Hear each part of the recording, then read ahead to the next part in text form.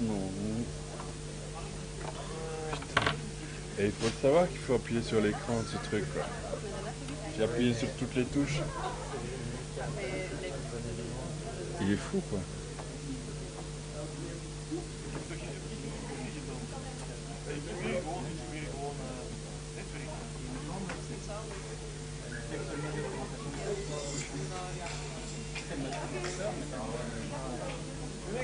Julien. Wacht even, VLCM. Op welk kanaal zit dat? Chris, hoe heet uw kanaal? VLCM. VLCM. Ik denk dat dat niet is. Ah, maar sorry, dat was het.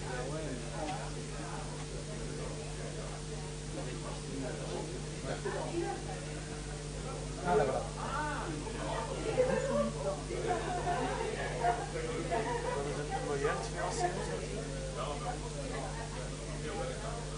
Heb je al een logo?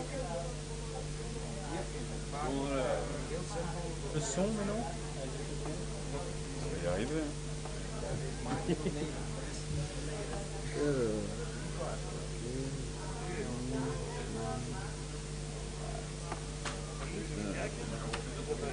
Là t'as un truc qui joue?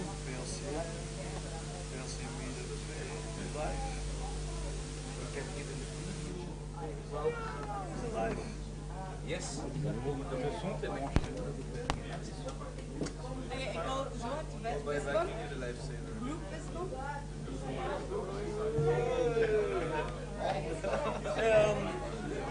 Shirt nog die link of doen we dat? Je détecte normalement les haut-parleurs qui est par ici. Ik heb een eigen URL-short. Oh, j'ai un son mais hyper I like nerds. Ah, tu l'as? Je l'ai, mais c'est pas le son de ton Mac qui est portable? Non, eigen URL-short. Hoe is dat?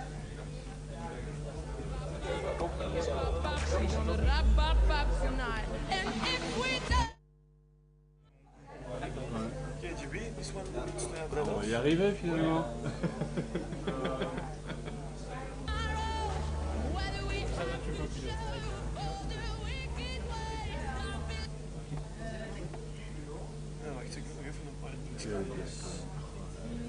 Ça se déclenche au clic la vidéo ou ça se déclenche vraiment quand tu cliques sur clic?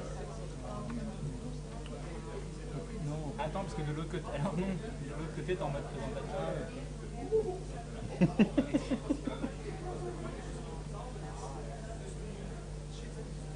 Misschien de kast doen, dat is heel lelijk in beeld.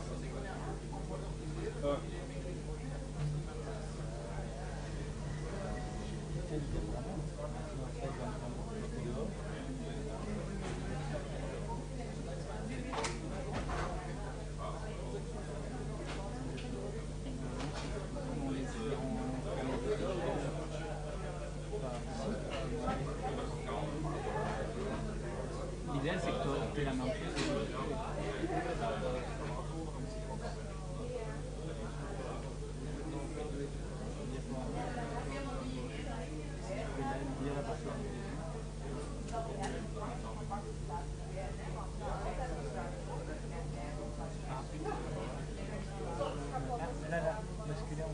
Non, alors là c'est...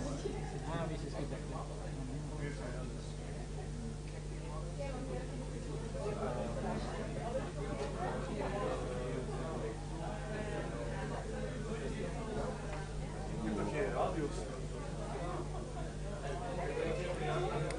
Bon, c'est bien. Oui, ah oui, ok, il est là.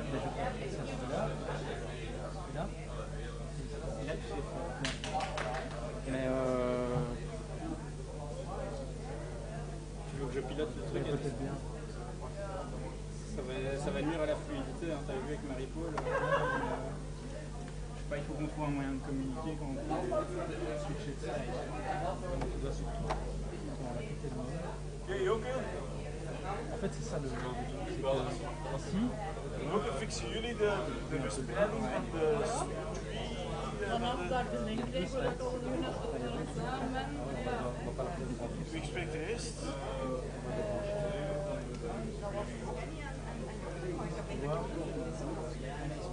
Si.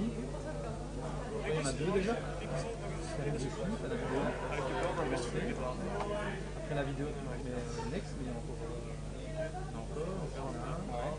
C'est une vidéo. C'est moi qui vais le voir. Ça marche? C'est un moyen de communiquer sur les moments. Il y a beaucoup d'événements pris par. C'est à qui le mec? On va se mettre un. Il n'y a pas. Vous pourriez le faire avec la souris, mais le problème c'est quoi? Faites-le avec la souris et moi j'enclenche les vidéos avec mon trackpad. Quand il y a des vidéos. Comme ça vous gardez quand même le contrôle. Bah ça? Mais je vois rien. Non, je vois juste là. Toi tu fais que clic. Toi tu passes les slides.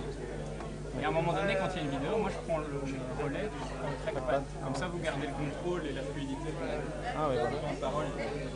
Sinon tu te souviens quand on avait essayé de nous fabriquer avec, j'appuyais, je fais jamais raccord avec le Le problème c'est que on va devoir switcher d'endroit à chaque fois. Côté et l'autre, on continue à cliquer et à regarder l'écran ici. Alors. Et donc vous pouvez rester tous les trois devant l'écran, la souris elle fonctionnera de là-bas. Ouais mais... Ah, vous présentez de là. Ah, oui.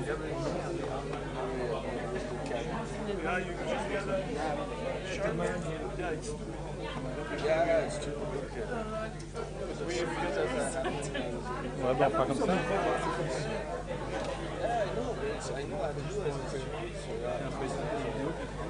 Ça, je ne saurais pas. En même temps, si vous êtes Vous êtes trois, ça. Oui, vous êtes prêts, vous connaissez la peine. Il parle sur le nord. N'oubliez pas de bien appuyer. Très compliqué tout ça. Mais non. Pas du tout.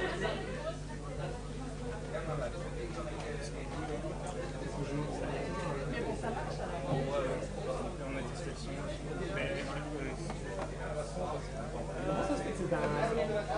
These are okay. Which one is it? This.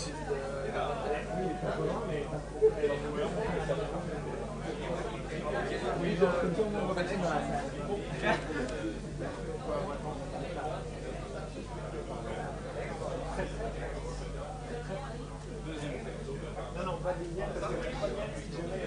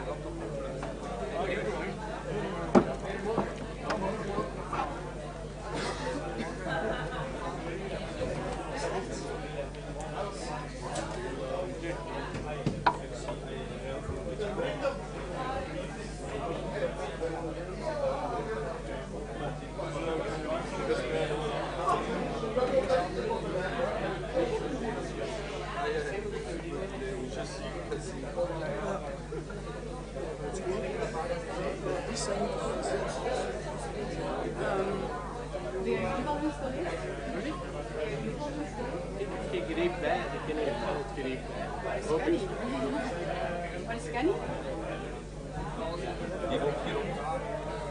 Ah, daar is hem. Kenny? Eerst aan zij.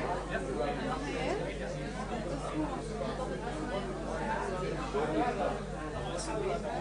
Jij gaat er keigoed uitkomen. Dus,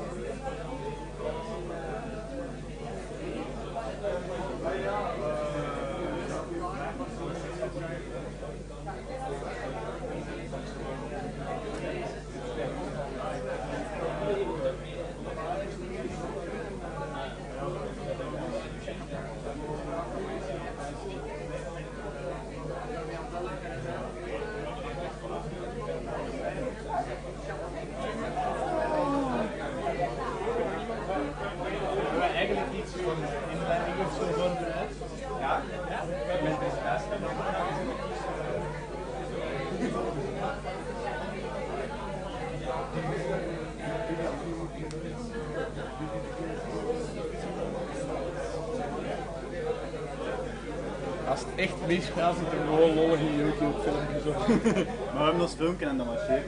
Voilà.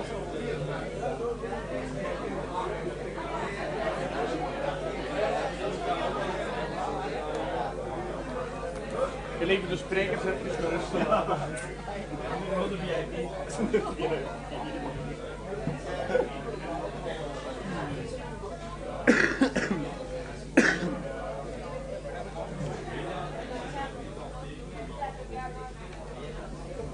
Nee, ik dacht dat dat handiger was toen jullie alles al voorhand hadden. Heb je nu een USB-stick mee? Ja, dat heb ik wel in mijn rest zelf niet.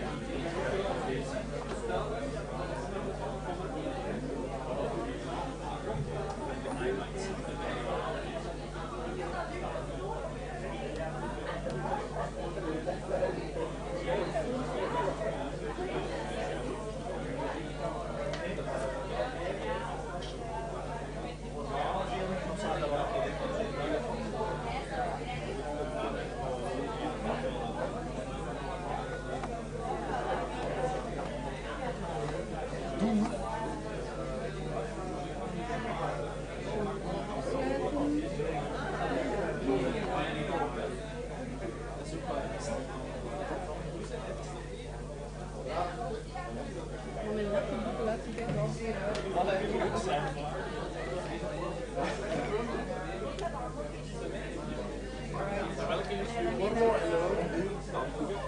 Geen. Dat is van Frans.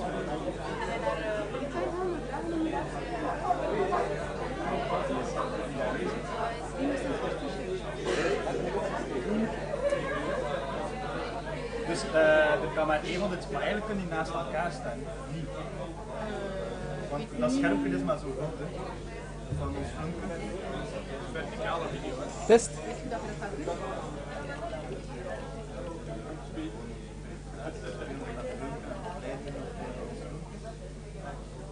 Ja, maar kun je eerst de presentatie doen en dan weer... Nee. Vanaf een bepaalde slice. Op Facebook? Ja? Nee, het is ook geen Facebook. Kijk, daar is het zo. Hier staat bij ons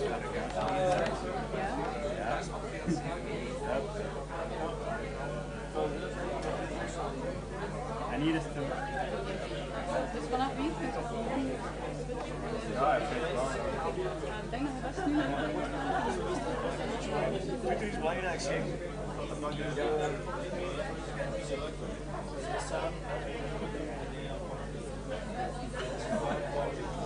Ik kom nu gewoon op jouw verder maken. Good luck. Ik heb maar 2 koffies genomen. Kijk, normaal gezien op die manier twee de streep te krijgen. Probeer op de hashtag VLCM.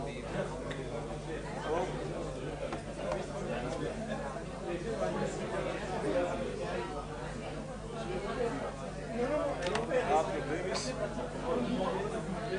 weet ik niet.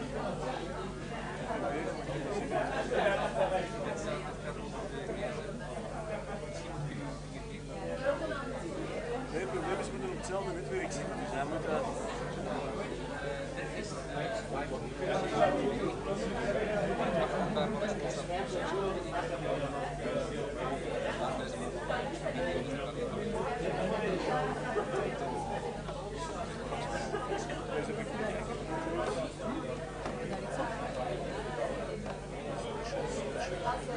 Dat heb ik nog nooit gebruikt, dus dat was alleen dat ik nu een beetje aanspelen zit. Moet ik het aangekregen? Ik heb dat niet Ah, hier.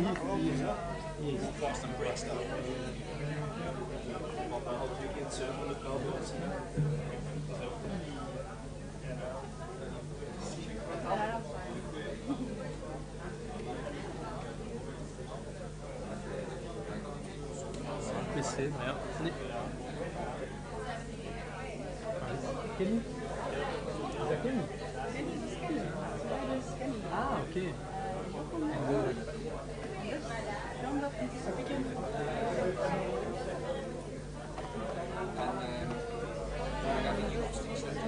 Ja. Je moet het niet aanzetten of zo.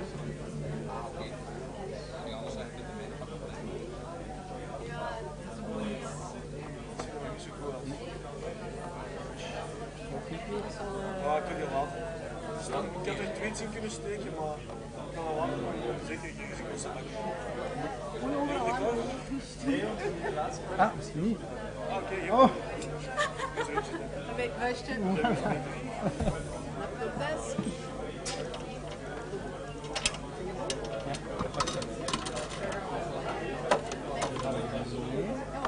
Ja? Ja, heel toevallig. Het schijnt toevallig goed staan.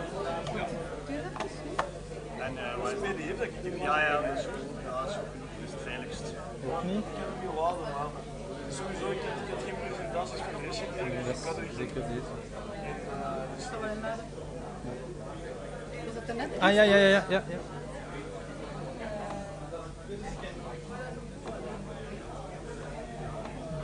We kunnen die gewoon naast elkaar zetten, in feite, die presentatie en dat filmpje, want het is toch maar verticaal, dus op het scherm.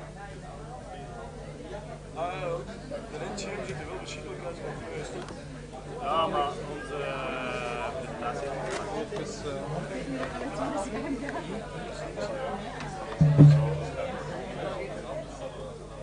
dat is zo heel jullie. Ja, dat is ook.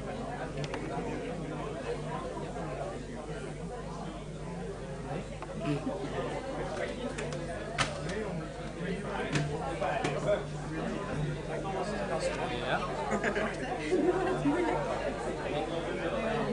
Die resolutie.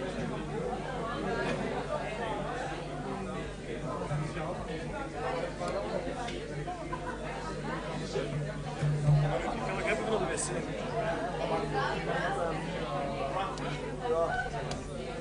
Ik ben zo blij dat jij geen presentatie geeft met slides.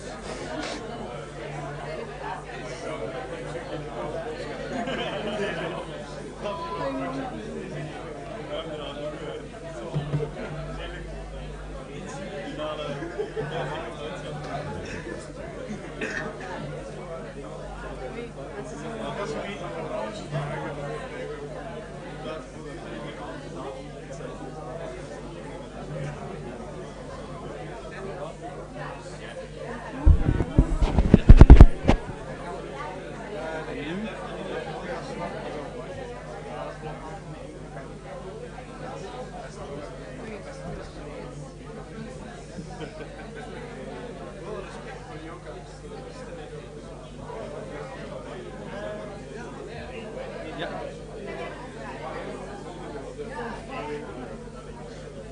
Nee.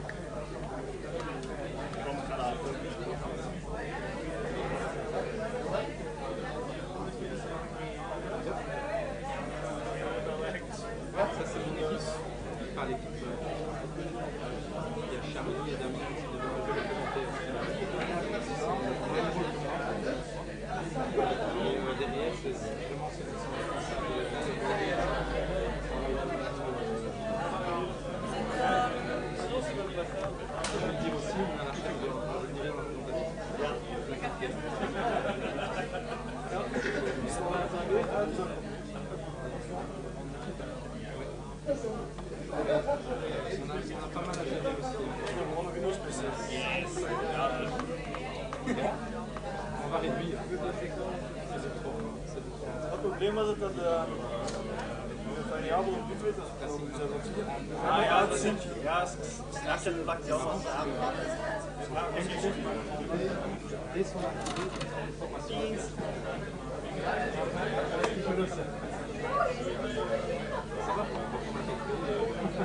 Alright.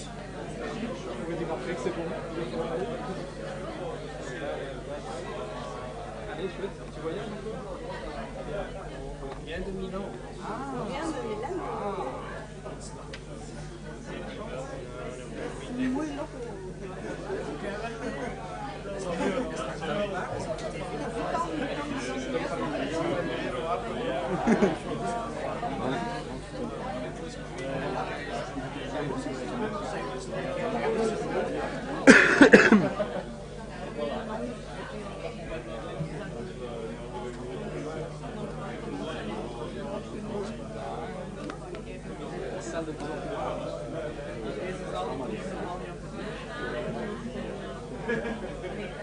Allez,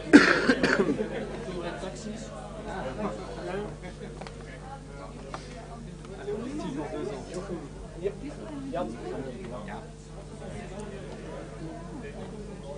Irritatie, We rekenen erop. Ik vind dat. voorbereidingsfoto's gezien.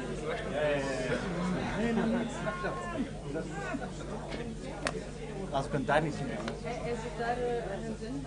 Als het daar niet kunnen zien.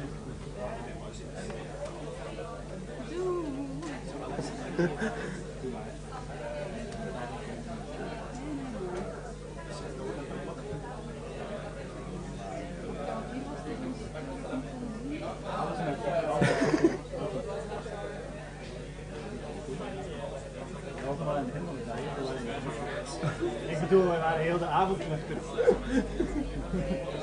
Uiteraard. Maar je hebt hier toch gewoon alcohol, alsof wij nog zouden drinken.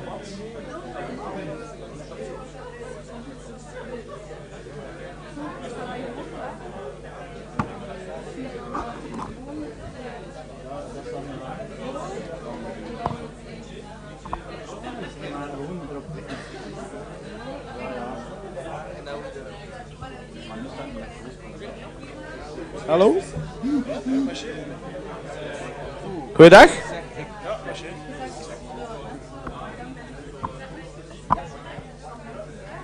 Kenny, wilt jij de micro ook nog eens testen? Ja. Het werkt.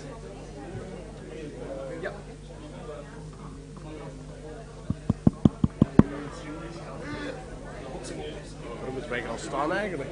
Ik weet het niet. Niet in de weg, denk ik. Hier gewoon zo'n beetje. Niet in de weg. We lezen gewoon Ransbottyn. Ladies and gentlemen, there are seats available and get them while they're still hot. Because we're going to commence with the first speaker. Het zou wel pijnlijk zijn moest ik Cain zijn presentatie niet voorlezen. Maar ik- Gewoon doen. Ah, staan we niet in de weg.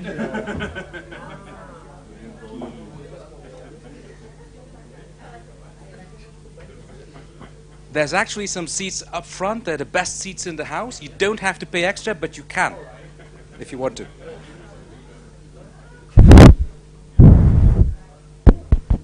Die werkt ook.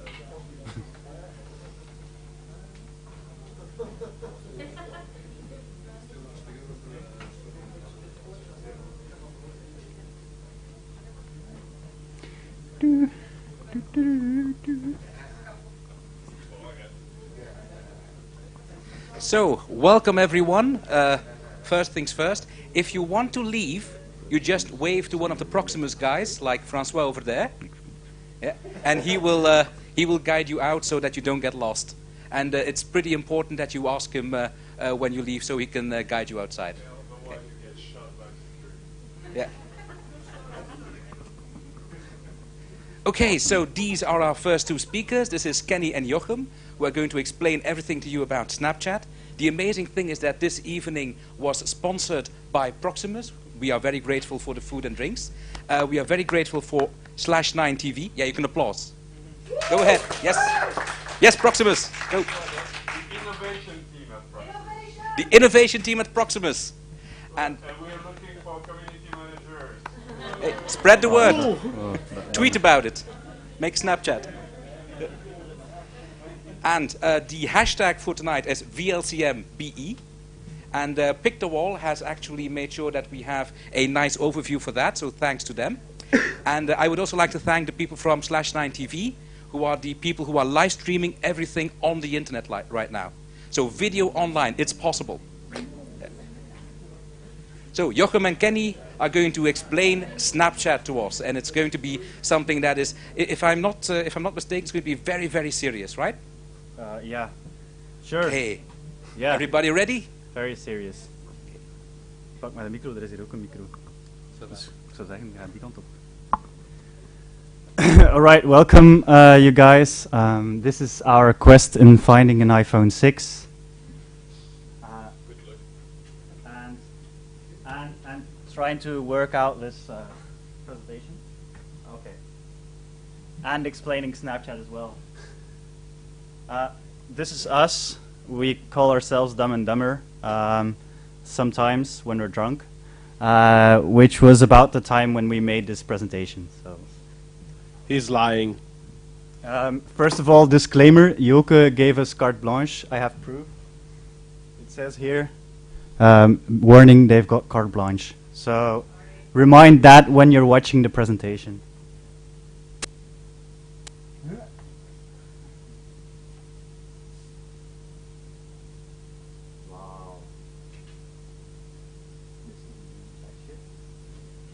Computers, is there anything they can't do? Okay.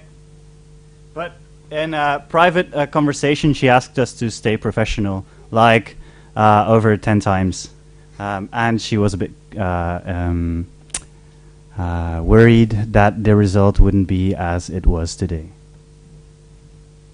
So we listened, we put on a suit, and we went for it. Small disclaimer as well, all snaps are taken with an iPhone 5. Sorry, we wish you had an iPhone 6, which isn't the case.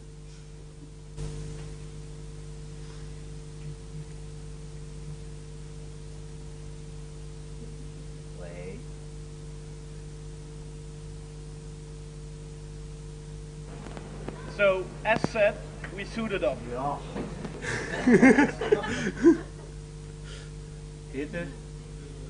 So Snapchat is a photo and video platform where you can share photos and videos. The big difference with Facebook is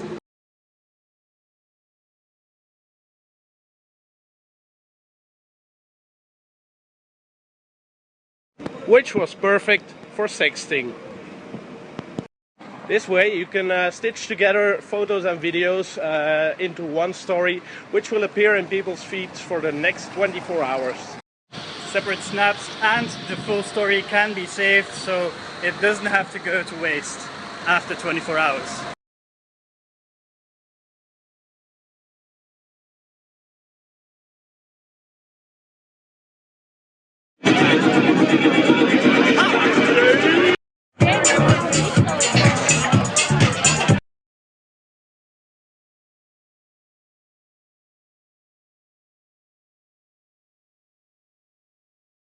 Which in marketing terms is Generation Y and Z. Yes, you can scratch that off your marketing bingo. And is a huge potential. But why?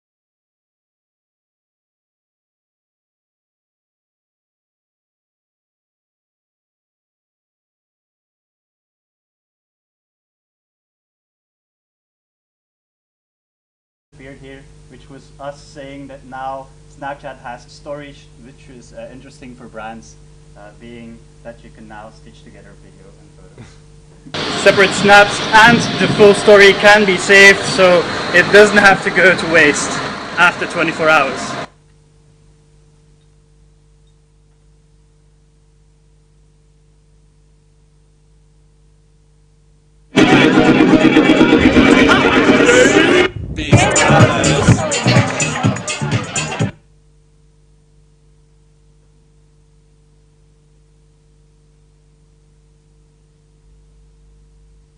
Which in marketing terms is Generation Y and Z. Yes, you can scratch that off your marketing bingo.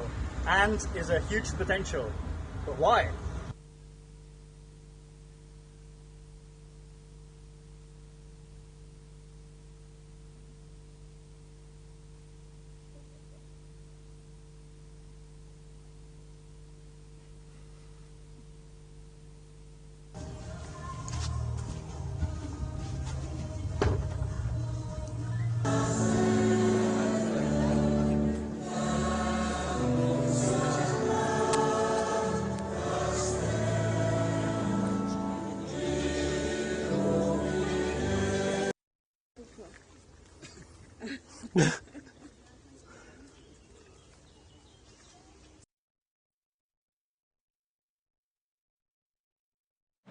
don't be too serious. People still have to be enjoyed. I mean, Serious?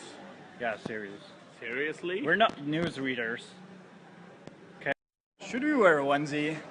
I think we should. Seriously, aren't people gonna laugh with us? They will, but who cares? Seriously?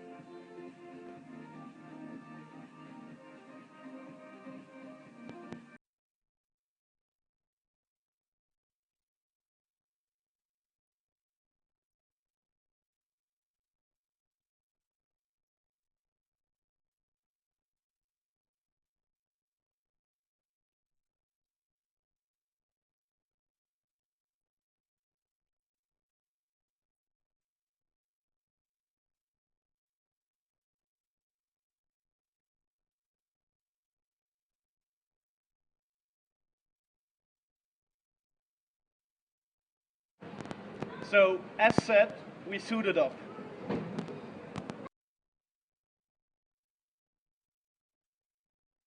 So Snapchat is a photo and video platform where you can share photos and videos. The big difference with Facebook is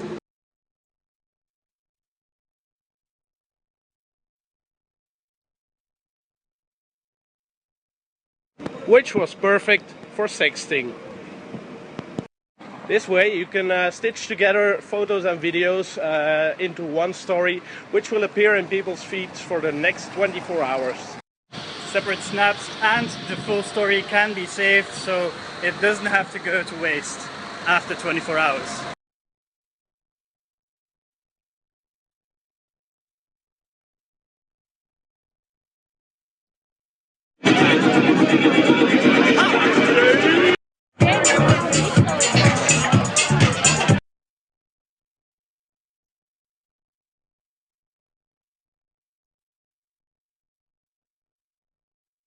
Which in marketing terms is Generation Y and Z. Yes, you can scratch that off your marketing bingo.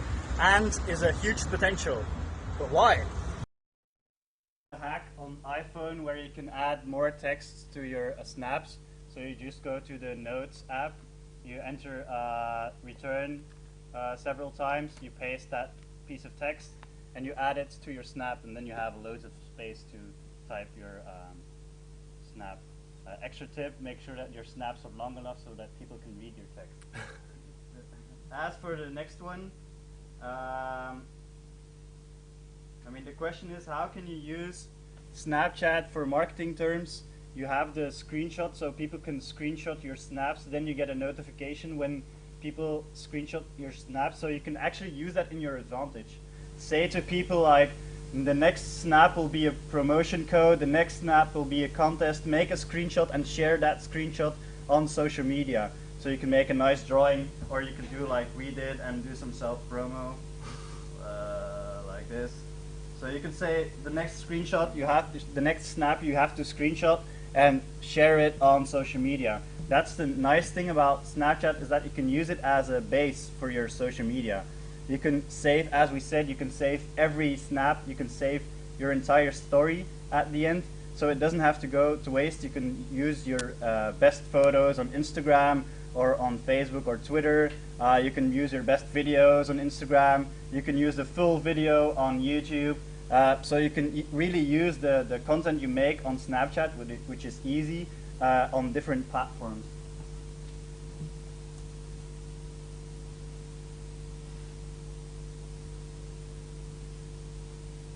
Yeah, that was it. Except extra message we added for Dani Proximus.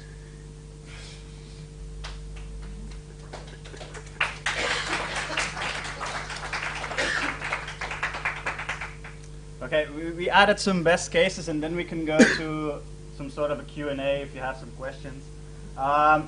In Belgium, there aren't a lot of big brands that are really good at Snapchat at the moment. There aren't any numbers and facts and figures about Snapchat use in Belgium as well. So we gave you numbers about worldwide use, but there aren't any real numbers about Belgian use.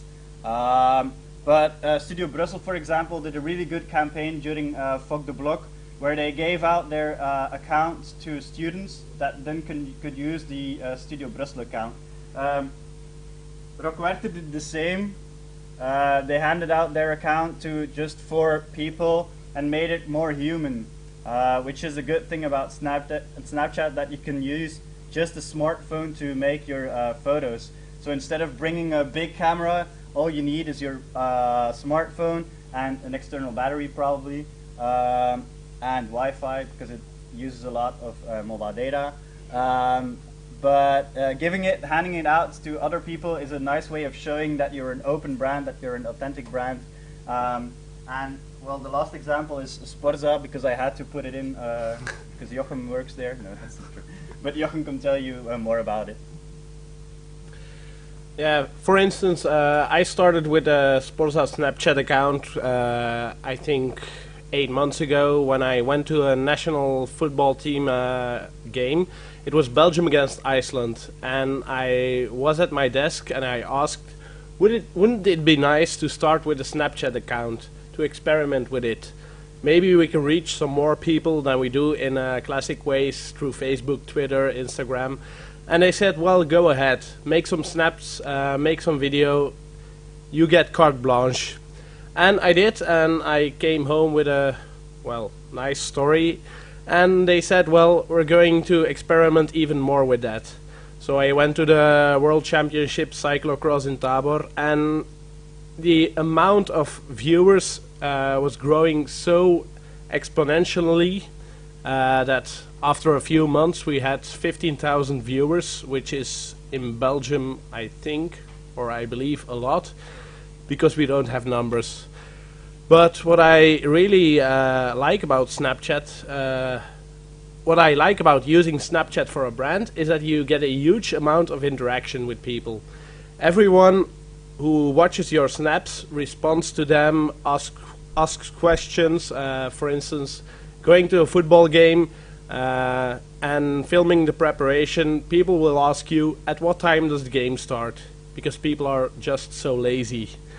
But then you can interact very fast with your audience, which is, yeah, a really young audience. For instance, going to a football game and people asking me, can you get me Thibaut Courtois' shirt? Because I'm only 12. Well, this is your audience for the next 10, 20, 30 years, decades. Yeah, and the good thing that Sporza does as well is they make their story, which is a compelling, like we said, visual storytelling, which is a compelling story, and they then reuse it on their Facebook account, their YouTube account, in which they gain even more views on YouTube and their Facebook page. So that's, I think, the last slide we had. No more jokes. That's it. So if anyone has questions, remarks, wants their money back, just shout. Yes. Well, there is no horizontal video in Snapchat. That's the one thing that you have to keep in mind when you're using Snapchat and you post it on. You can use a horizontal video, of course. You can post it, but if you post your video on YouTube or Facebook, the first comment will always be, "Why the fuck did you post it in vertical video?" That's always the first remark. Of course, but when using Snapchat and viewing other people's snaps, you have to tap your screen to watch it. Yeah. And even if this is a 3-second snap, tapping your screen and then tilting it, well, it's gone. Yeah, there's nothing more annoying than watching a vertical video on Snapchat, then having to turn horizontally. You get seasick when doing that. No, sorry. I delete people that do that. Any more questions, remarks, ideas? iPhones. You had 25,000 viewers on a single story one day, or on every view, on every snap, yeah. On every snap. How do you measure that? So in Snapchat, when you go to your story, when you click your story, you see each snap, you see there's the stats. So you see how many people viewed the story, and you also see how many people made a screenshot. So you just see the amount besides it. So it's in 24 hours of time. Yeah. Well, it's at the moment that you watch it. So the best way to measure it is after 22, 23 hours. Then you get a real idea of the impact of your Snapchat story. Because after 1 hour, maybe 40 people would have seen it, but after 24 hours, that could have been 1,000. So one of the big disadvantages, which we also had in the presentation, is it's shit to find people and brands on Snapchat. When you have to type the username, because you have to be very specific, you have to be very correct. If you make a typing mistake, then you won't find the person. Snapchat has the QR codes, which they call BOR codes, so the little ghost. That's a fun fact. So you can print out the small ghost, which has your own QR code, and when people scan it with their Snapchat, they automatically add you on Snapchat. So you can use that on your other social media platforms. Just add it on your website, add it on your social media, even add it offline if you're a company that has an offline place. And don't forget to save your snaps, like we forgot to do apparently. Some snaps were lost in translation. So before you can add your snap to your story, you have the option to save it before adding it. Always do that when you're using it as a brand. You never know when you can use the snap again. And one last thing, I forgot what I was going to say. That's it. Well, no, I looked it up. It's they say Snapchat itself says that it's the snaps that you sent and received. Some sites say under your profile you have a score, and some sites say that you get more points for sending it out to more people. Some say that it's just 1 point. So it's just as a cloud score, it makes no sense. maybe another thing, whether or not you are planning to start with Snapchat for your brand, park the username. Really, once the username is taken, it's gone forever. So it's not like on Twitter you can change it. Your username is unique. For instance, one time I was having drinks with a friend and she told me, well, maybe for our political party we should start with Snapchat. And I was like, well, you can't do that because I just claimed your username. So we also have VLCM BE, so we really do. So we're not kidding. This is how we made the story. We made the story in VLCM BE, so if anyone wants it, it's for sale. Like, I don't know the price of an iPhone 6, but that should do it. I don't know if there are any more questions. Yes? I'd like to come back on the horizontal vertical thing. I follow a few Snapchat accounts with a lot of viewers. Penny recommended me one time some semi-kinky stuff somewhere. No, I did not. Oh yeah, true. Yeah, arsenic. All of their snaps a lot. Because they reuse the content of a lot of their channels, and then it's Yeah. more convenient to have horizontal video. And if there's a large story with a lot of video with photos with long viewing time, I can't seem to. I don't find it bad to just rotate my phone. Okay. We'll change it up to don't mix it up too much. Thank you for it. No, it's true. It's true. Yeah, it makes sense. Be consistent. Yeah. Once you start filming horizontally and all of your snaps will be horizontal, nobody cares. But if you start mixing horizontal with vertical, people will get frustrated, and we don't want that. Hooray, yes. How do you make an event story? What do you mean by event story? Well, yeah, so we tried to explain it in the beginning, but we didn't actually. Snapchat started out as a consumer thing, like sending nudes to each other. That's the main thing that Snapchat was known for, because people thought that snaps would disappear, which they don't. That's how we met each other. That's how we met each other, yeah. So they tried to commercialize it by adding the stories feature, where you have your snaps for 24 hours, which was more interesting for brands. And now they're adding even more stuff. And one of these things is the event story, which you can see. It's the thing called live. Big events have a live feature. Brussels has had a live feature as well. And all you need to do is be at that place. Like at the moment, there is a Wimbledon live account. So people at Wimbledon who post a snap always get the option when they want to add it to their story. Always get the option add it to the story or add it to the event.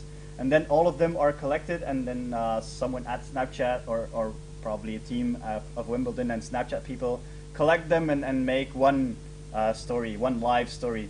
So it's actually a curated list of events, but it's only for big brands at the moment because it's super expensive. Which is the same with Discover feature, which is if you swipe to the right, you have that 12 big brands that stand at the Discover page. CNN, Snapchat, MTV. Yeah, MTV. So the really big brands, they pay 2 cents per view, if I remember correctly, but they get like a million views a day together. So in total, it's a huge amount of money. So Snapchat is trying to find ways to commercialize. Well, they have to, because they have to make money someday, I guess.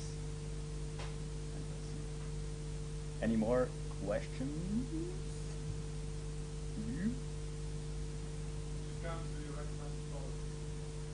Very kinky accounts. No, well, the 3 that we mentioned before here, the Belgian ones. We have a list on the Vlaams community managers. I think you made a list. Yes. Maybe you have more recommendations, and we try to make some kind of list in the Vlaams community management group on Facebook, but there are people here that don't. Yeah, so we should share the list because it will be a bit weird to. Yeah. There you go. Okay. So yeah, I wouldn't sum up some right now. You have a lot of YouTube vloggers have started Snapchat, like Casey Neistat and stuff, but yeah.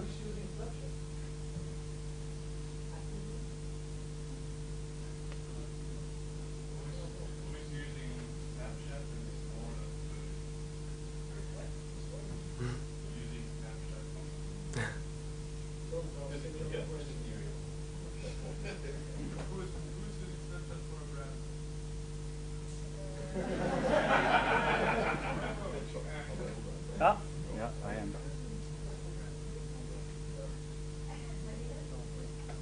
So yeah, but keep in mind, like many companies, when I propose Snapchat to them, is like, but it's only for the young kids. Well, they're your customers of today and definitely of tomorrow. So make sure that you use it now, so you're sure to use it in 2 or 3 years, and that you're used to using it. Plus, it's a starting base. You can save all your snaps, so you can use them for different platforms if you use a very good smartphone that takes good pictures and video. That's it. Yep. Okay. This is the moment where you can all give a hearty applause.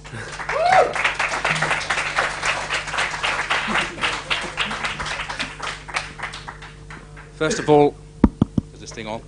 First of all, I want to thank Kenny and Jochem for showing a very personal side of themselves. I hope you all follow them on Snapchat. After tonight, you know that that is absolutely a must.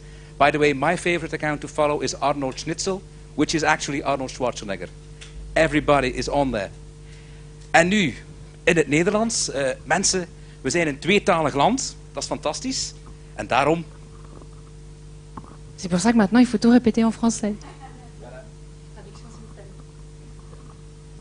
Want onze volgende sprekers, dat zijn de mensen van de RTBF. Maar niet zomaar van de RTBF. Het zijn de community managers van The Voice de Belgique. Alors, la prochaine présentation, ce sont les community managers de The Voice Belgique sur la RTBF. En zij geven hun presentatie in 2 van onze nationale talen. Et donc, ils vont donner leur présentation dans 2 de nos langues nationales. Je ne précise pas laquelle a été omise. Dus graag een aanmoedigend applaus.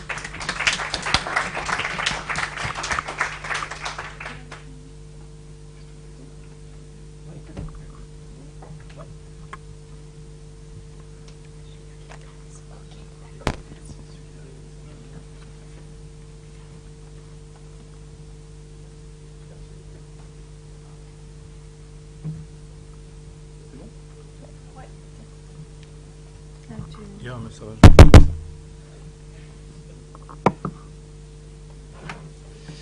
Ja, eerst en vooral bedankt voor de uitnodiging.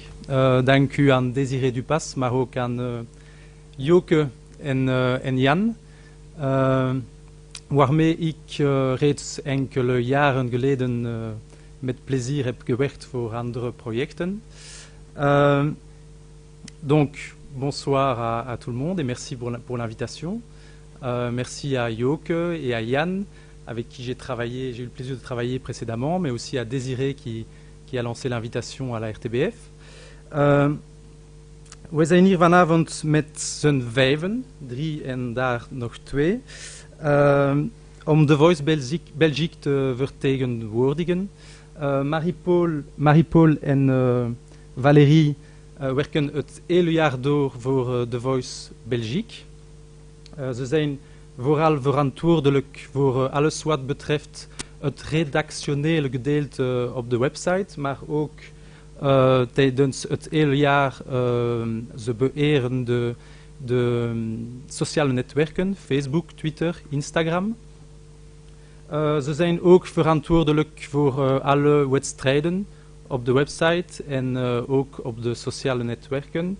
En ze zijn verantwoordelijk van de digitale visibiliteit van de partners op onze website en op al onze kanalen. Donc Marie-Paul et Valérie qui sont présentes ici travaillent toute l'année pour The Voice Belgique. Pour le moment, par exemple, elles sont en train de gérer tout ce qui est les auditions de la saison prochaine. Alors elles sont surtout responsables du côté éditorial de The Voice, sur le website et aussi sur les réseaux sociaux. C'est elles qui gèrent aussi quotidiennement tous les réseaux sociaux de The Voice Belgique.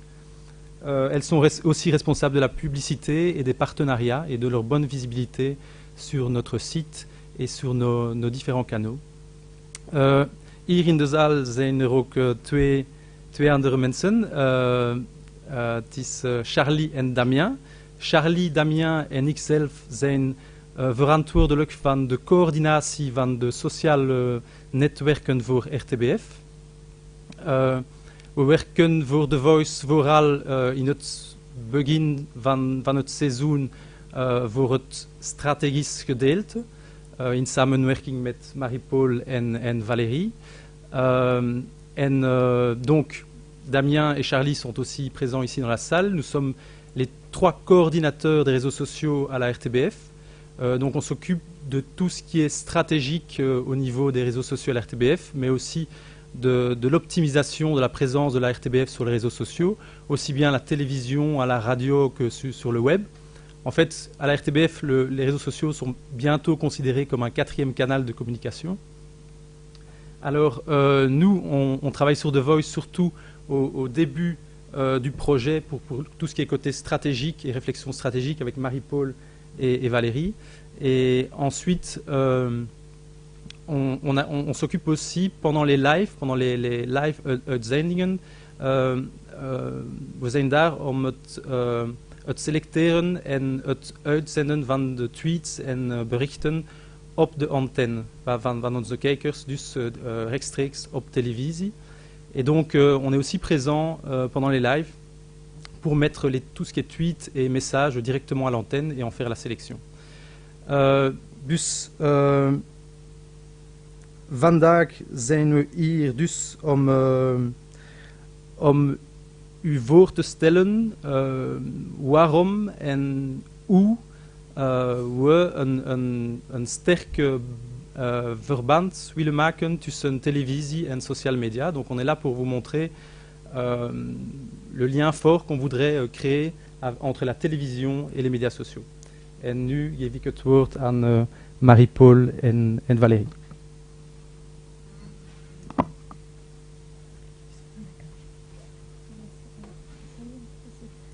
bonjour. Bonsoir. Alors, on voudrait savoir peut-être, est-ce qu'il y a certains parmi vous qui n'ont jamais vu The Voice? Ok. Et est-ce que certains ont déjà vu The Voice Belgique, donc la version francophone de The Voice? Non. Oui, quelques-uns quand même. Ok, on va vous mettre dans l'ambiance alors, comme ça vous voyez bien de quoi il s'agit pour l'émission. L'aventure de Voice, c'est bien sûr dans votre télé, mais c'est aussi sur le web. Et chaque mardi, vous êtes des dizaines de milliers d'internautes à suivre, commenter, tweeter, poster, liker, partager. Oui, vous êtes des acteurs incontournables de cette émission. Ne soyez pas modestes. Et c'est Roberto, le grand gagnant. David. Et c'est Laurent. Bravo Laurent. Et c'est Florent. C'est Florent qui remporte cette compétition. C'est l'expérience artistique par excellence pour nos talents de The Voice Belgique.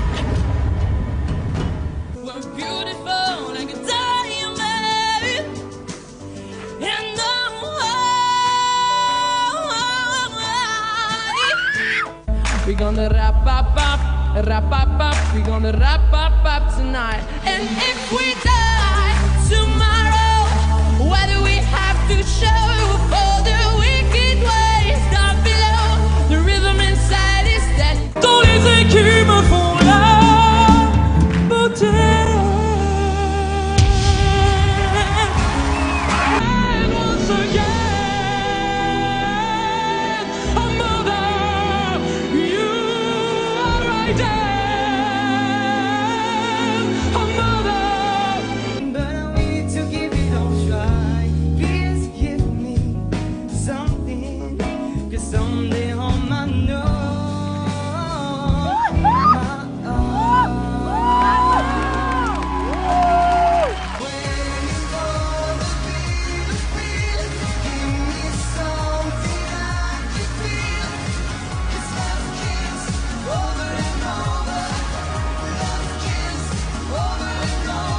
Écoutez ma voix, écoutez ma prière. Écoute mon cœur qui bat et laisse-toi faire.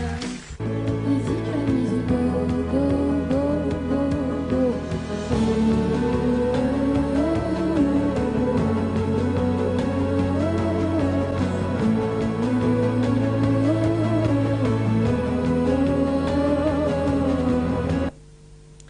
Et voilà, donc quand même un petit résumé de certains talents qui ont pu être découverts dans le cours de l'émission. Alors, pour resituer également les choses, The Voice Belgique, c'est 16 émissions qui sont diffusées entre le mois de janvier et le mois de mai, le plus souvent. Donc il y a 6 émissions qui sont les blind auditions où les talents sont sélectionnés, les battles dans lesquels on commence à faire une sélection, et puis les live shows qui, comme leur nom l'indique, sont en direct alors que les 10 premières émissions sont enregistrées. Alors, on vient ici vous présenter la stratégie réseaux sociaux de The Voice. Donc la question est de savoir, mais pourquoi est-ce qu'on souhaite être présent sur les réseaux sociaux pour une émission comme The Voice? Tout d'abord, les réseaux sociaux vont être utiles pour nous parce qu'ils vont apporter réellement du contenu additionnel dans nos émissions, principalement pendant les lives, où on va réellement créer une réelle interaction avec le public. C'est également un laboratoire pour nous, The Voice, on va le voir un peu plus loin. Ça nous permet vraiment de tester des nouveaux réseaux sociaux et peut-être à l'avenir de l'appliquer à d'autres émissions de la RTBF. Et accessoirement, je pense que c'est le cas pour beaucoup de médias, les réseaux sociaux sont également un moyen d'amener du public sur nos sites web. Donc on va voir un exemple très concret d'un contenu additionnel qui a pu être apporté par les réseaux sociaux. Donc ici, alors, petite annonce, sur Facebook, vous êtes donc sur notre page Facebook, on n'était pas encore à 100 000. On a demandé aux gens de liker sur la soirée notre page. Eh bien, Quentin Mosiman a promis de se dénuder lors de la finale. Si ça, c'est pas un beau cadeau, je compte donc sur vous pour rejoindre cette page Facebook. Il y aura aussi un très beau cadeau pour les internautes à la clé. Et notamment du Quentin tout nu en finale, c'est quand même pas mal. Voilà, donc en une soirée, on a eu plus de 2000 likes sur notre page Facebook. Et donc ça a permis aux téléspectateurs de voir un de notre coach faire un striptease. Donc si on n'avait pas atteint cet objectif, ce striptease n'aurait jamais eu lieu. Vous exécutez. Bon, je fais obtenir de charme. Quentin Mosiman au meilleur de sa forme. Oh non Ouais, donc c'est une façon aussi de récompenser nos fans sur les réseaux sociaux en leur donnant des petits contenus exclusifs comme ceux-ci.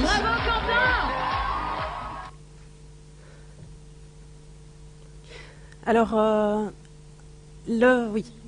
Alors, The Voice is ook een soort speeltuin voor ons. En vorig jaar hebben we ook een Pinterest-pagina geopend om de look en de kledij van onze kandidaten voor te stellen. De resultaten waren een beetje ontkokelend. Dus volgend jaar zullen we ons energie op een andere plaats insteken. We hebben ook dit jaar tijdens de drie laatste uitzendingen de Periscope-app getest. Destijds was het alleen beschikbaar op iOS. En toch waren de resultaten belovend.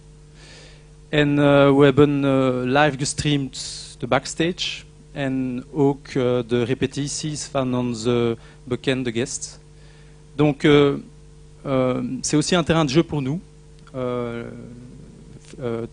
The Voice.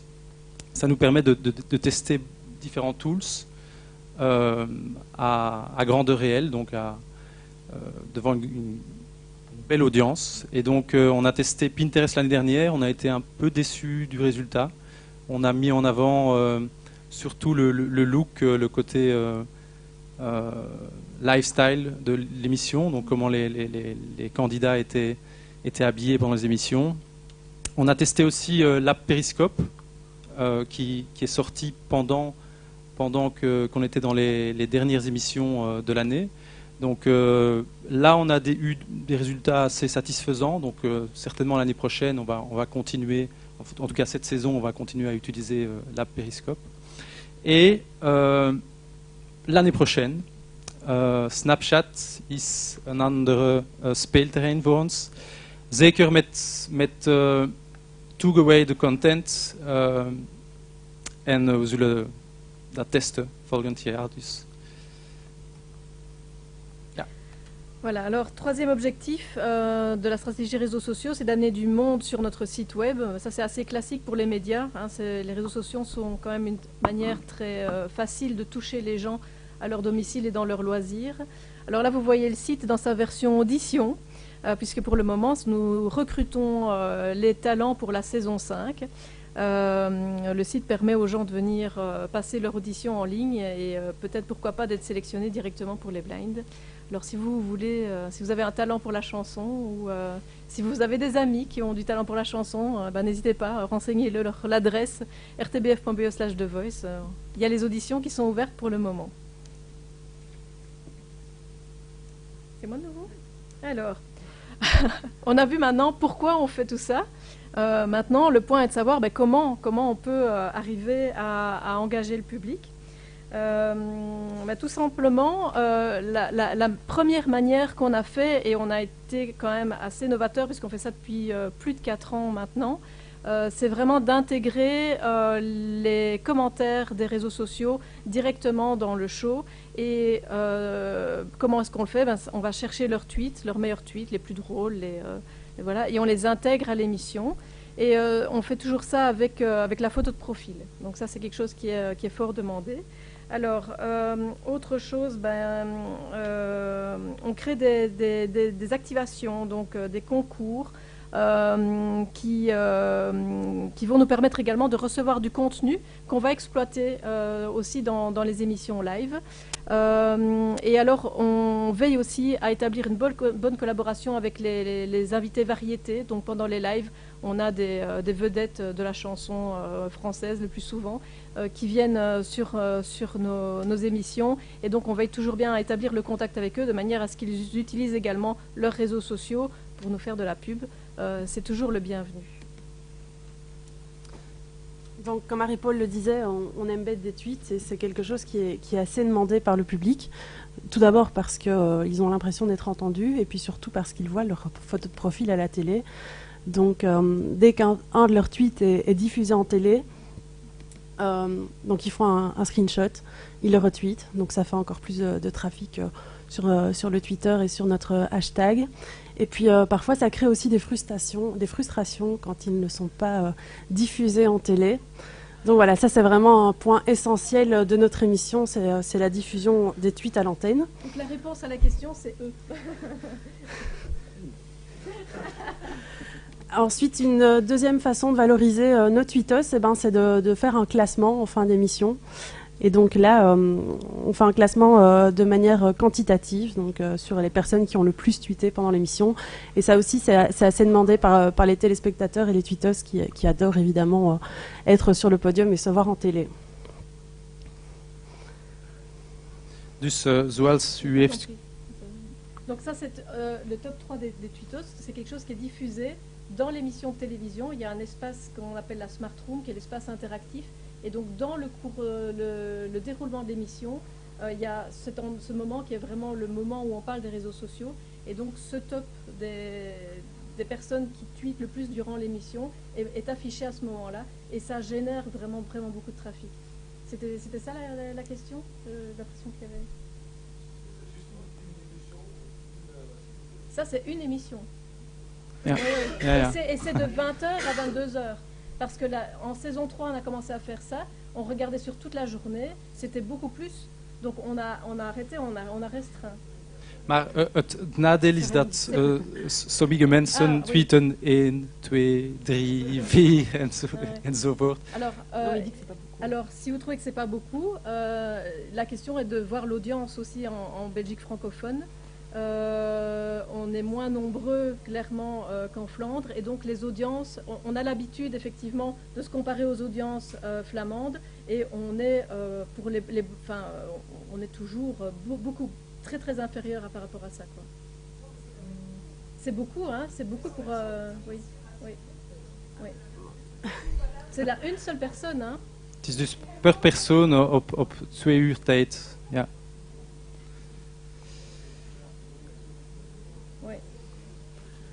Et donc enfin, une dernière façon de valoriser nos tweetos, c'est de les inviter à poser leurs questions aux artistes qui sont présents.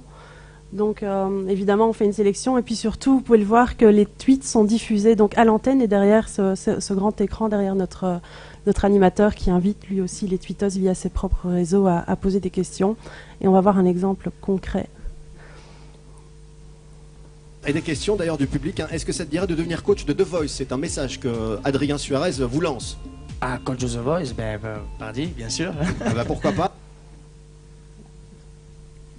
Dus zoals u heeft gezien, willen wij ervoor zorgen dat onze kijkers deel uitmaken van de show via de sociale netwerken. Zij kunnen dus reageren per tweet of per Facebook. En hun tweets kunnen geselecteerd en uitgezonden worden op antenne. Ze kunnen vragen stellen aan onze kandidaten en gasten tijdens de show. Ze kunnen deelnemen ook aan wedstrijden, zoals bijvoorbeeld fotowedstrijden. Tijdens de show hier ook worden de leukste foto's uitgezonden. Maar hun invloed gaat ook verder. Ah oui, comme Julien disait, effectivement, ils influencent pas seulement l'émission qu'ils sont en train de regarder, ils peuvent également influencer les émissions futures. On a au sein de l'émission de Voice une réunion hebdomadaire qu'on appelle le Voice Committee, qui regroupe à la fois le site web que je représente, mais également le marketing, la production, la promotion, les relations presse. Et donc, lors de cette réunion, le premier point est toujours quel est le feedback des réseaux sociaux. On commence toujours, quand les émissions sont diffusées, parce que la réunion se prolonge également en dehors des périodes de diffusion de l'émission, mais on commence toujours par quel est le feedback des réseaux sociaux. Un feedback qu'on reçoit, qu'on a reçu extrêmement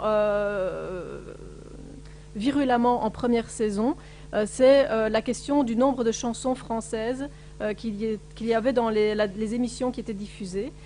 Donc voilà, c'était un problème pour les gens, il n'y en avait pas assez. Donc ça a été reporté au Voice Committee qui là n'avait pas de souci, a pu adapter la programmation musicale. Et donc à partir de ce moment-là, on a vu plus de chansons francophones dans les émissions. Mais parfois, évidemment, c'est pas possible.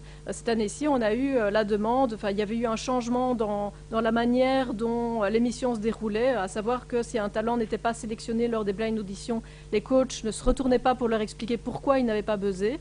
Donc ça, c'était fini cette année-ci. Et ça avait été fort critiqué.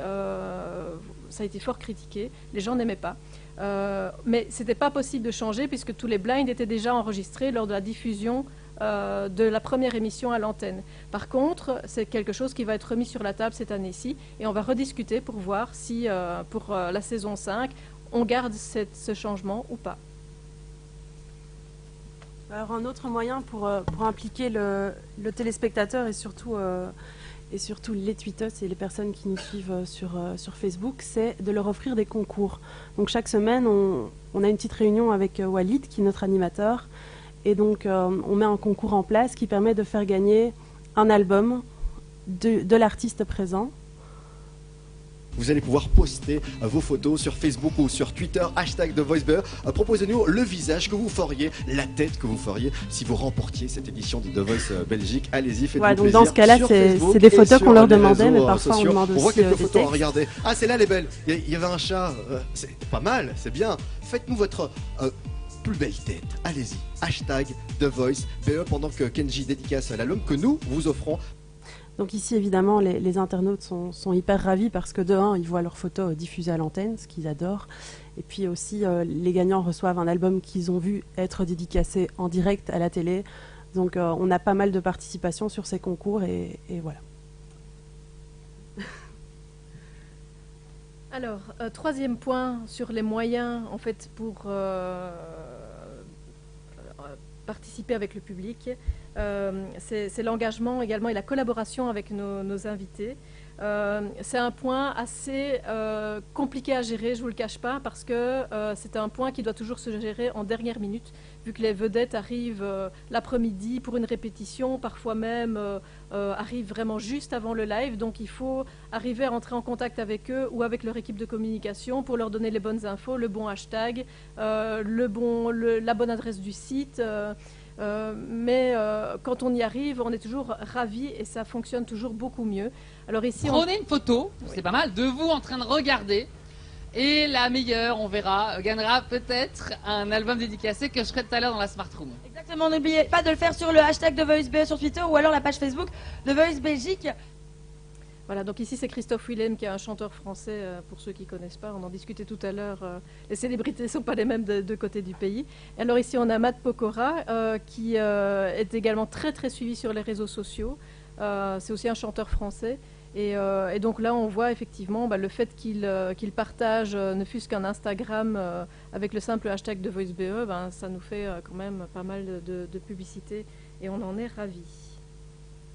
Alors, dat is ook een goed voorbeeld. Deze pagina was gecreëerd door Valérie, wanneer Loïc Notet nog een kandidaat was. Ieder seizoen creëren we voor elke kandidaat zo één pagina. En ze krijgen een kleine opleiding.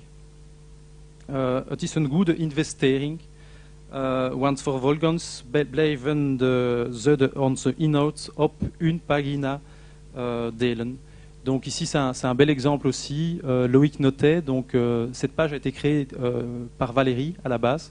Donc tous les candidats qui viennent dans l'émission, on leur crée une page Facebook avec un profil qui est un peu lié à ce moment-là à l'émission de Voice, et ensuite ils peuvent reprendre leur profil par la suite et l'utiliser.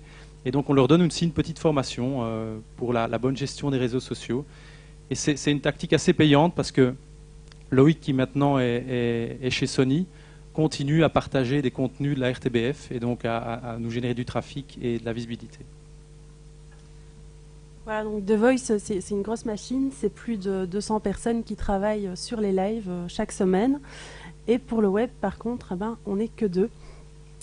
Donc on est deux pour s'occuper de plein de choses, donc de l'édito du site, de la pub, des concours, et on crée aussi des contenus spécifiques créés spécialement pour Facebook, Twitter et Instagram, dont notamment des gifs animés qui ont beaucoup de succès sur nos réseaux, mais aussi des petites BD comme celle-ci qui se partagent pas mal donc, sur nos réseaux, et donc ça fait de la pub pour notre émission. Et puis alors le mardi, on est aidé par la team RS qui vient nous soutenir. Voilà, oui. Donc, alors, qu'est-ce qu'ils font les gens des RS pendant l'émission, ils font du community management de base, ils postent ce qu'il faut poster, ils répondent aux questions, c'est super important. Mais alors, ils sont également là, ici, pour sélectionner le contenu qui va être diffusé à l'antenne, parce que ça, c'est aussi un travail qui se fait uniquement en direct, et donc il faut beaucoup de réactivité, parce qu'on doit évidemment se plier également aux impératifs de la télévision, donc on vient vraiment s'insérer dans un processus de télévision. C'est pas simple. Et donc, en quelques secondes, en fait, les coordinateurs RS choisissent les tweets qu'ils mettent à l'antenne, mais également choisissent les photos qui vont être diffusées dans la smart room et les questions qui vont être posées, et veillent également à les diffuser au bon moment dans la smart room ainsi que sur la télévision. C'est vraiment quelque chose de pas simple, mais comme vous voyez, ils adorent ça. C'est 8 personnes, les RS, les jours de diffusion de live, et les jours de diffusion d'émissions enregistrées, c'est 2 personnes des réseaux sociaux qui viennent chez nous.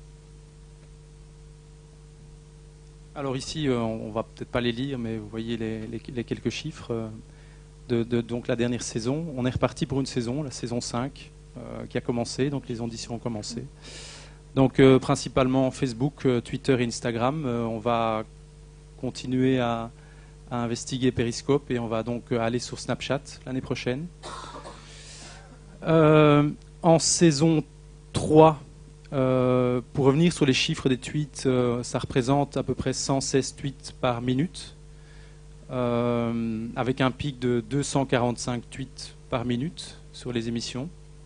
Donc c'est parmi ces tweets qu'on choisit les tweets qui seront à l'antenne. Donc on a un tool derrière qui nous permet de sélectionner quelques tweets. On ne sait pas tous les voir, parce que c'est comme un flux très important, mais c'est parmi ces 245 tweets minutes qu'on choisit les tweets qu'on passera à l'antenne. Et on a aussi une fenêtre assez restreinte à chaque moment de l'émission pour diffuser ces tweets. Donc c'est vraiment toute la difficulté d'arriver à lire les tweets qui arrivent en masse et sélectionner ceux qui sont vraiment chouettes pour pouvoir les diffuser vraiment au bon moment, et ceux qui parlent de la bonne chose à ce moment-là. Ja, er is ook publiciteit tijdens de show, dus we kunnen alleen tweet uitzenden tijdens de periode waar geen publiciteit is op scherm of geen zoom op een kandidaat. Dus we werken echt met de realisatie in de kaart en we zeggen tweet, en de realisatie zegt aan alle cameraman wel een tweet zal komen, dus dezoom en zo. Andere fact, record is 300 tweets per minuut in seizoen 2. Voilà. Dank u. Merci. Si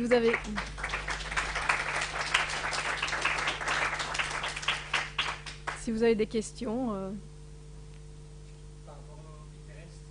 Est-ce que c'était un choix commercial de faire les lifestyles? Non.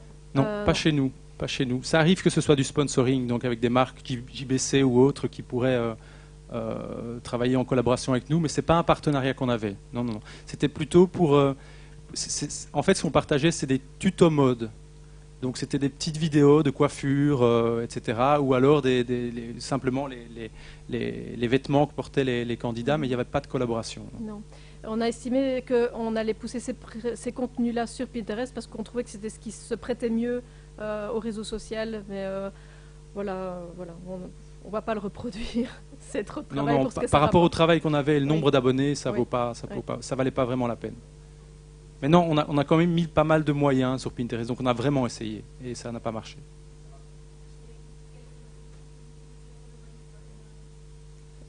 Alors, pour le monitoring, on utilise un outil belge qui est plus belge maintenant, qui est Engager. Oui.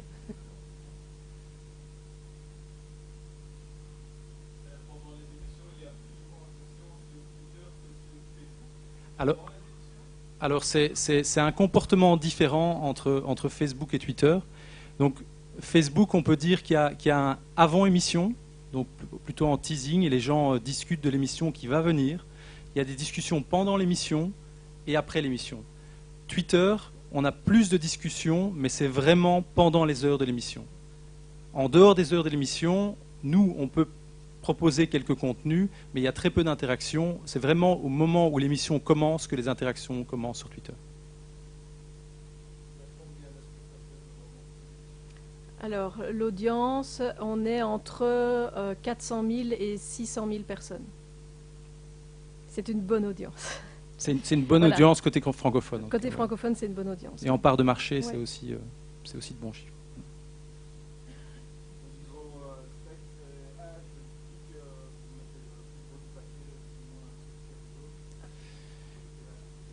Alors, par rapport, en fait, qu'est-ce qu'on veut ou qu'est-ce qu'on a? Ce qu'on a. Alors, en audience télé, oui, en fait, on a de sociodémos. Ok. En fait, sur notre page Facebook, on a un public très féminin et très jeune.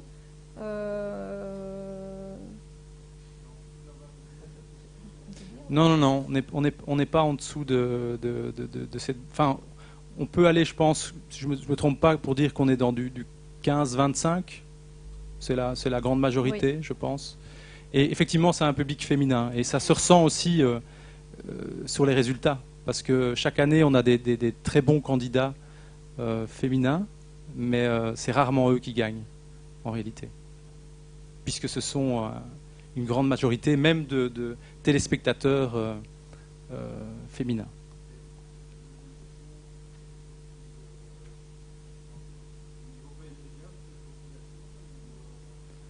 Alors, c'est effectivement un peu confidentiel.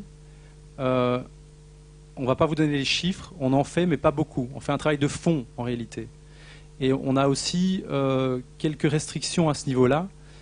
On doit se poser la question, est-ce que, en privilégiant les contenus de certains candidats, on ne va pas les avantager?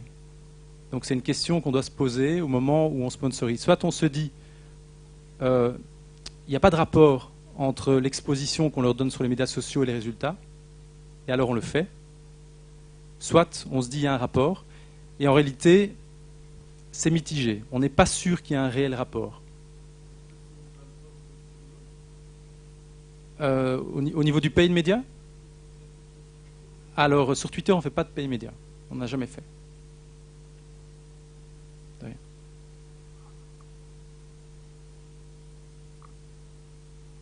Andere vragen? D'autres questions? Dans n'importe quelle langue. Ok, bedankt. Merci.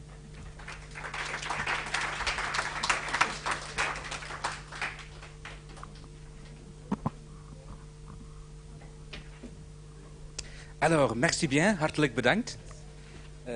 Out of this moment, I'm going to continue in English. Now, first of all, a question for all of you. Who here really likes social media? Everybody. You all love social media. Do you think it's fun? Yes? Absolutely? Well, not everybody agrees with you.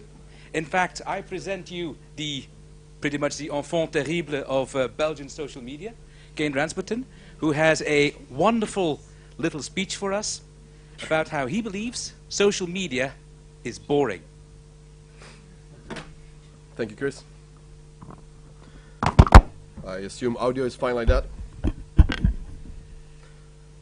Good evening, everyone. Thanks for joining the last presentation. I'll try to be as short as possible.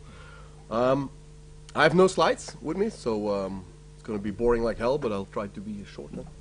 I'll explain you why I don't have slides. But my bold statement of today will be, social media is for losers. I don't know if some of you guys maybe remembered a couple of years ago I said in the media, privacy is for losers, as a joke. And a couple of weeks ago, still the TED and other media are still quoting me on that and asking me why. And so I'm going to try a new thing. Social media is for losers. Why? Because I'm pretty bored of it. I'm a junkie. I'm a social media junkie. I'm addicted to social media. But I also notice that I'm becoming a slave of it. I'm the slave of social media. But first, let's rewind. What's social media? Let's first ask, what's social media for my mother? Because if I ask my mother what's social media for her, she just says Facebook. That's it. Sometimes she says, yes, something with that bird, right? Yeah, she meant Twitter. And lately she's also referring social media as Snapchat, because she has to Snapchat because she has to communicate with her grandchildren. My children, they only communicate through Snapchat, so she has to learn what Snapchat is. For her, that's social media. Now, what's social media to me? I can divide social media into, for me, 8 different categories. I think main category is Facebook. What do I do on Facebook? I make some shareable content. I'll try to be as provocative as possible. And I hope that one of my 150,000 followers is resharing or is sharing my content. That's Facebook to me. Twitter, on the other side, is completely different. It's for the so-called intelligent guys. I post the opinions about so-called my opinion, but people start retweeting it. But to be honest, I'm not tweeting at all. My scripts are tweeting. My scripts are trying to see what's trending. I use the Buffer app, I use the Cloud.com apps, I use the Tweepy.com. I use a lot of apps in the background, and it will analyze what is trending at the moment, and it will just tweet about it. I'll be the netlash of the Twitter without being the netlash, without reading anything, because you can't fool me that Bart is reading all these articles anyway, but I'm just using some scripts. But that's my Twitter. All right. Instagram, also very important to me, but I abuse Instagram actually just for my inflow of the food and fashion guys, and I also use Instagram just to dump my content. Whenever I have to post a party or whenever I have to post food, I emphasize have to, because I'm not paying for my food, so I have to post about it, but I'm not going to waste my Facebook and Twitter on that, so I'll just post my food on Instagram, and I tell the customer, see, it's posted, I get my food for free, and I'll abuse my Instagram. But I'm a slave of it. LinkedIn, probably my most connected network, my most active network, my B2B network. But to be honest, last 5 weeks I haven't logged into my LinkedIn. But I'm very, very active on it.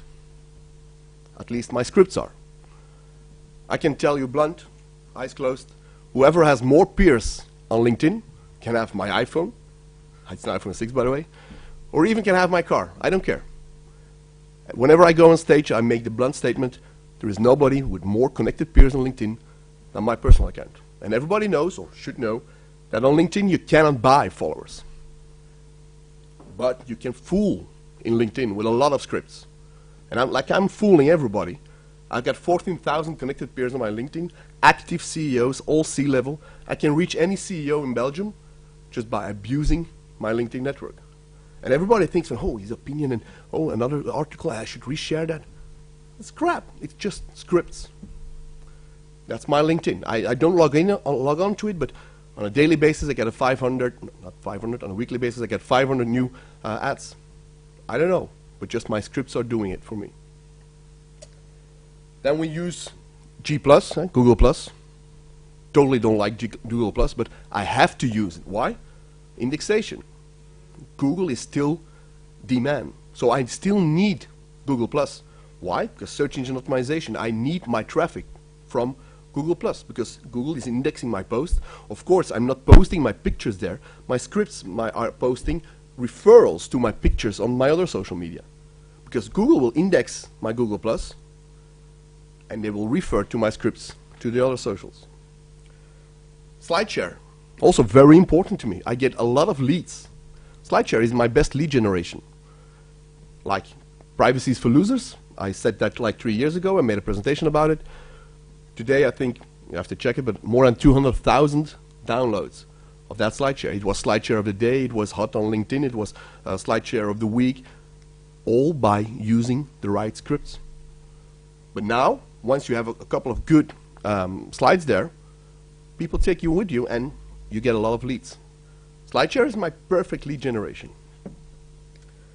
And of course, last but not least, Snapchat. I really like Snapchat. And I think it's a cool thing, but to be honest, all the previous platforms I mentioned, I'm earning decent money with it. With Snapchat, I haven't received a single dime of it. On the other hand, I'm abusing Snapchat to create more traffic to my other social media accounts. Let me explain you. Every month I'll try to do something in the media. I'm still the attention whore, so I still need my monthly doses of attention. So 2 months ago I was the first guy getting the Apple Watch in Paris. I Snapchatted about it, and everybody said, why are you Snapchatting? You don't have any reach. If you have 50 visitors, that's it. They were right, but what Kenny explained, that's what I did. I made a compilation of it. I sent that compilation. I made some funny movie about it. I made that compilation. I sent that to the press, to online press. In this case, it was HLN.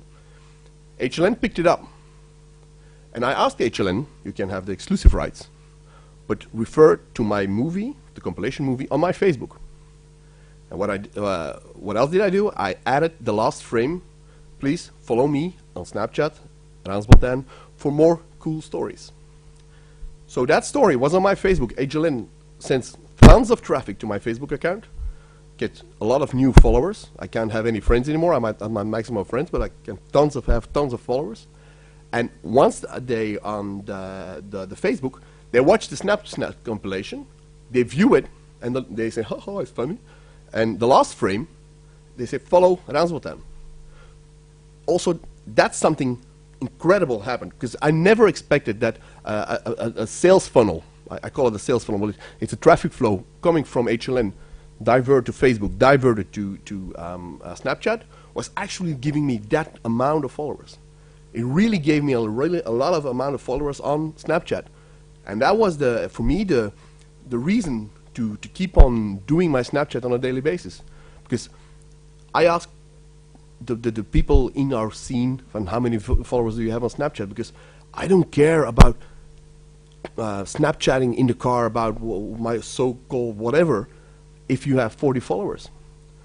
But thanks to that, due to the abusing of all that traffic, I got a lot of new followers. So back to my original statement, social media is for losers.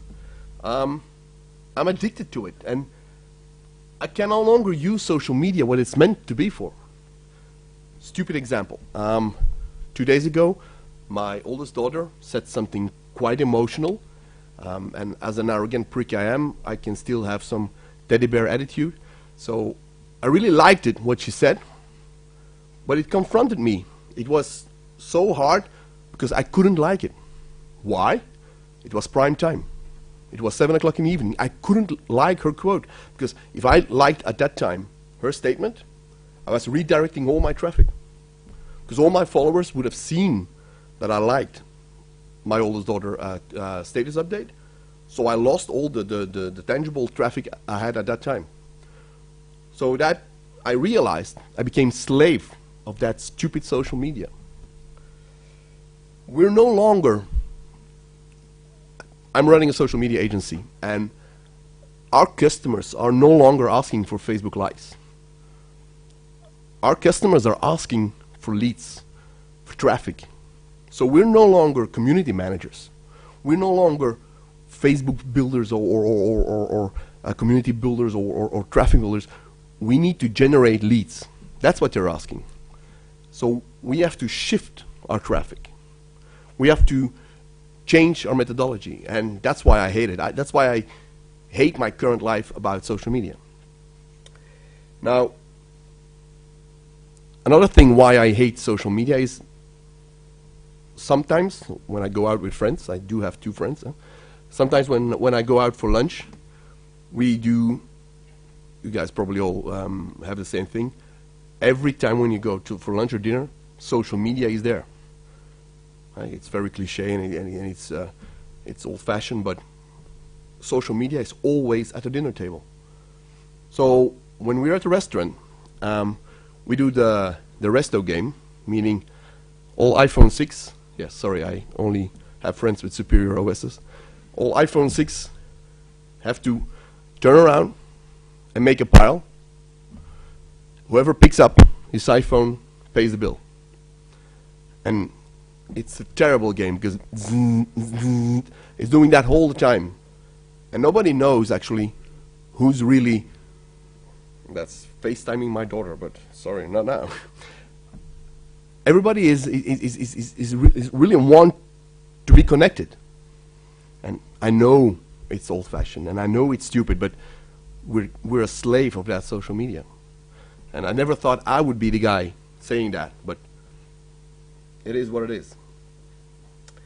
Festivals, same thing. It's probably only me, but I assume other community managers in the room are having the same thing. We do that extra mile, literally. We go and walk 500 meters extra to have the right snapshot. We go to an extra stage. You don't care who's playing, but you have to make the right picture. You're focusing on the right filter. You're focusing on, is it the right time? No, it's 2 o'clock in the night. Nobody's going to fight. I'll do a later gram tomorrow. We're all busy with how, and it sounds very old-fashioned, and I sound like my own grandfather, but we should try to enjoy festivals. We should try be there instead of having the right filter. So social media I was made by social media. My personal brand was made by social media, but definitely made by scripts. I've got tons of scripts running in the background, doing all my lazy stuff. And I'm wondering, and that's an open question I'm asking to you guys here, because you're the experts. Will the scripts kill us? Because the scripts, they made us. Scripts made us what, at least for my personal brand, scripts made me. They put me on the on stage, and they gave me a lot of followers, and they gave me true followers. But I think personally that scripts will kill us. Will kill us as community managers, because all the factory workers building those cars, they're replaced by robots. Those robots are run by scripts. Do you really think that your so cool job cannot be replaced by a script? And your answer will be no, because we have emotions. We can put something extra in it. Bullshit. We do have emotions, but scripts have A/B testing. Scripts will work forever. Night, day, whatever day. Because I'm running an agency, and I'm having those typical discussions on a monthly basis. My scripts will never ask for a raise.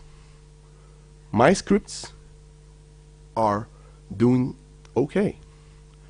So I'm just asking as an open question, you're not afraid of your job? Because pretty soon we will all be replaced by very cheap content writers and a very excellent intelligent script. And once they go hand in hand, we'll all be replaced. Of course, feel free to disagree, and I know most of you guys disagree on that, but just try to be an eye-opener. Be aware that those scripts who made a lot of people online will also kill a lot of people online. Same goes for all the stunts I did for brands. My gin and tonic diet, my fake DJ part. All that was not possible if I didn't have those scripts. And I could have hired 5 community managers and put them emotions in it. But the scripts, they're my best friends. They did what they had to do. So I'm afraid my agency is doomed.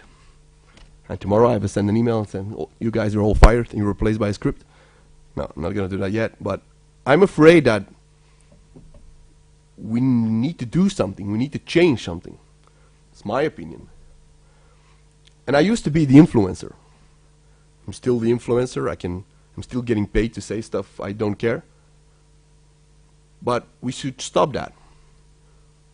We as community managers, we shouldn't be the influencers anymore. We should try to find influencers, create influencers, evangelize everything, but we should all switch to a new status. We shouldn't be community managers, we should be the mentors, we should be the coaches, because we know how it's done, and we shouldn't focus anymore on those communities, again, my humble opinion, because we're doomed, and every agency is doing that lately. So what's the unique selling proposition? So that's why I said to myself, I'm that social media junk. I'm addicted to social media. I need to do something, and that's why from tomorrow morning on, I'll be detoxing. I will disconnect myself on any social media for the next 7 days, hoping that some audiences, some people in the audience or some followers will do the same thing.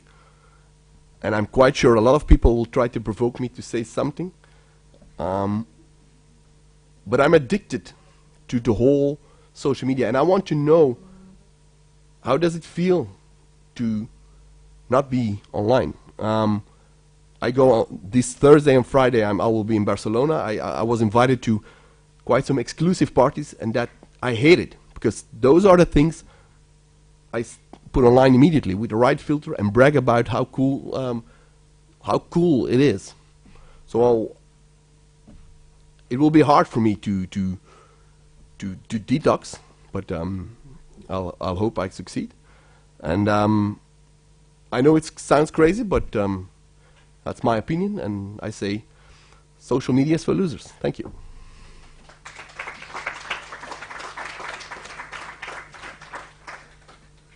Any response, or are we gonna? Anyone else except for Kenny? Nope. Will you stop all your scripts for 7 days as well? I will.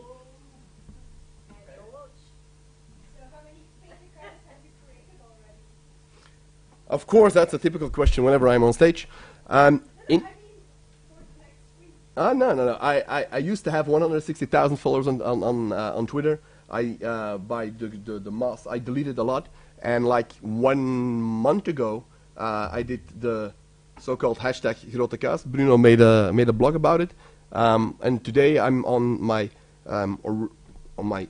genuine followers, and that's 22,000. I will stop all my scripts, so I will no longer like your story on LinkedIn. Sorry, I will no longer endorse your capabilities on LinkedIn. Maybe you really thought that I was. I will no longer follow and unfollow. No. For 7 days. No, That's asking the cocaine whore and telling them, hey, here is heroin, but don't use cocaine for the whole week. Eh? Cocaine. No. So I will cancel all scripts.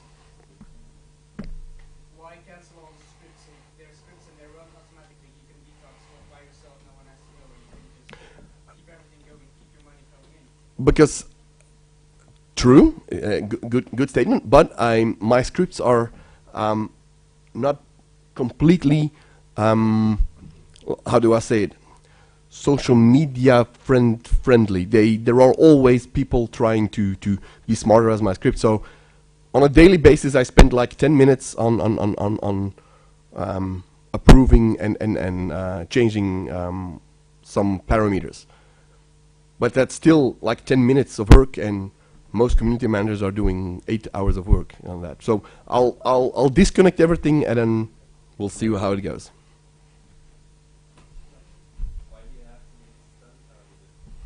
No, you stand there with.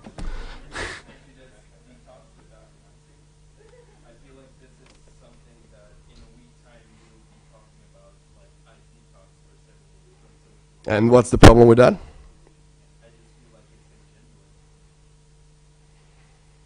So what do you propose? I don't blog about it? I am, because I'm not using it. But the eventually goal is not for me to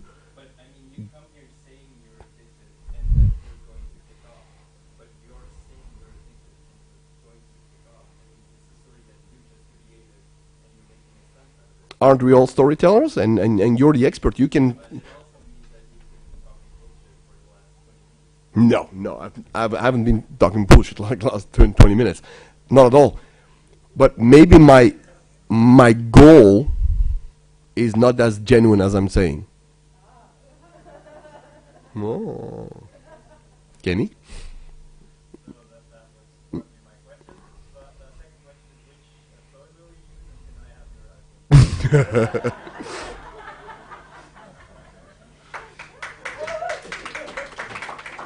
I'm no. I'm detoxing of social media. I'm not detoxing of FaceTime. I still have to be connected for professional reasons, but I won't be connected to my personal accounts.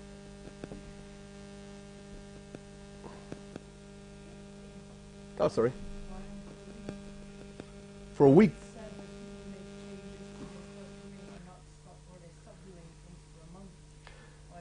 I'm already sweating of the thoughts of being disconnected tomorrow, so a week it will already be more. I am a real whore. Absolutely. Unlikely, but maybe then I'll have my life back. But it won't happen. But I can do my job when I'm not connected. I can. For some clients, they even prefer me not being me.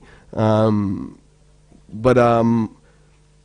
it's actually a good question. What if I really don't need that social media? I think it would be cool. I think it would be so old-fashioned, but you could enjoy other things. But I'm still asking myself, well, what other things? But I don't think I can disconnect from it all. I think I can disconnect from the attention, though, and that's what I proved the last 6 months. I haven't been the enfant terrible as I was like last year, and I was, and I didn't lose my followers, and I can still have my influence, and I can still push something, and I can still prove that whatever I post, people click on it, which is very arrogant and bold statement, but it's the fact, it's the truth. Without being the arrogant guy. And I'm fine with that. I actually enjoying that I don't have to pay all those invoices of police fines anymore just by buying those followers. So I think I can live with the fact that I'll be the normal guy again, but completely being disconnected won't happen. That's what I'm saying, yes. No, everybody knows or should know that I do have an alter ego. The only true Cain is known by my 2 daughters and my partner, and that's it. My alter ego, Ransbottyn, he has no friends and he's arrogant towards everyone, and he's loves it being the attention whore and kicking ass. But it's once you're on stage, I'm into that role, and you do that automatically. Maybe I'll be able to disconnect myself from that alter ego and just being another Bartowala, but I don't feel like doing that for the moment. Oh damn! This is live streamed. Hey Bart. Okay. Good one.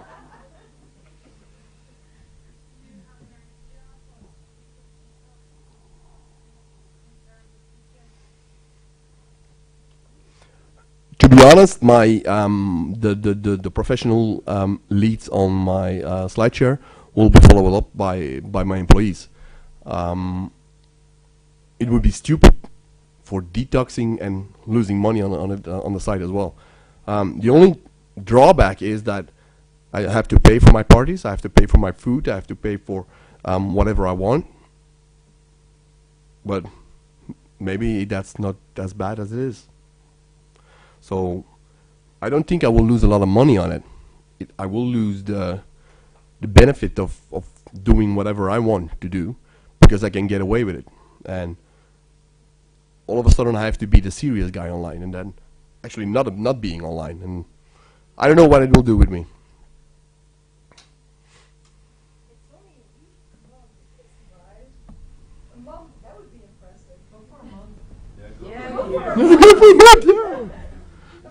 What's in it for me? Because I'm still that entrepreneur. What's in it for me? And that's something I want, or what? I will be the new gay guy, or what? With the rainbow stuff. King Cheetah. Well, think about it, Lena, and I would say give me an offer in, let's say, 7 days. Or email me that. You know that old-fashioned thing where you can... or fax me. Create me a new persona. I'm looking forward to that. Thank you very much.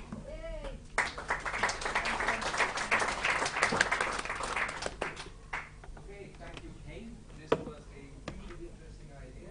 You are detoxing from your alter ego, and we are all doing a follow-up and see on social media whether or not you stick to that. And I'm curious about that. Okay.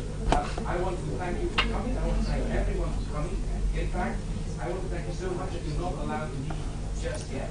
You have to wait for a few moments, because if you want to leave, you have to be escorted out. And you can stay here. There's still some samples left. There's some drinks left. If you want to alcohol.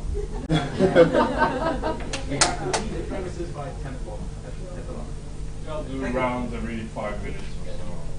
Just wait for me.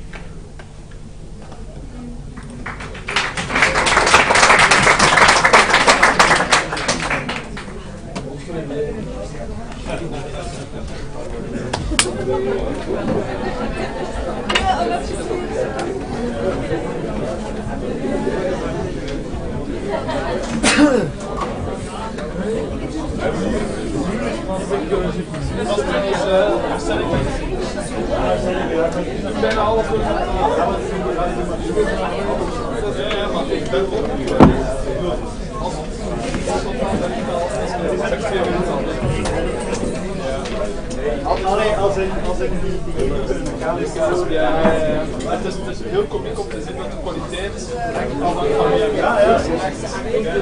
heel groot verschil. Kun je gestolen van de Frans? Nee, het is mijn laatste dag. Alright, it's a wrap-up. Oh, dat was juist 20 man aan het kijken. Dat is niet veel, maar nog iets. Hey, ik vond het eigenlijk redelijk goed. Als je weet wat voor een weer dat is buiten. Dat is fantastisch weer en wij concurreren. Ja, dat is waar ik tegen. En hey, de boodschap dat Cain verteld heeft, dat is sowieso de rol. Ja. Wat mij te weten. Ja. Hey. Ja, dus deze leeftijd. Dat is alles.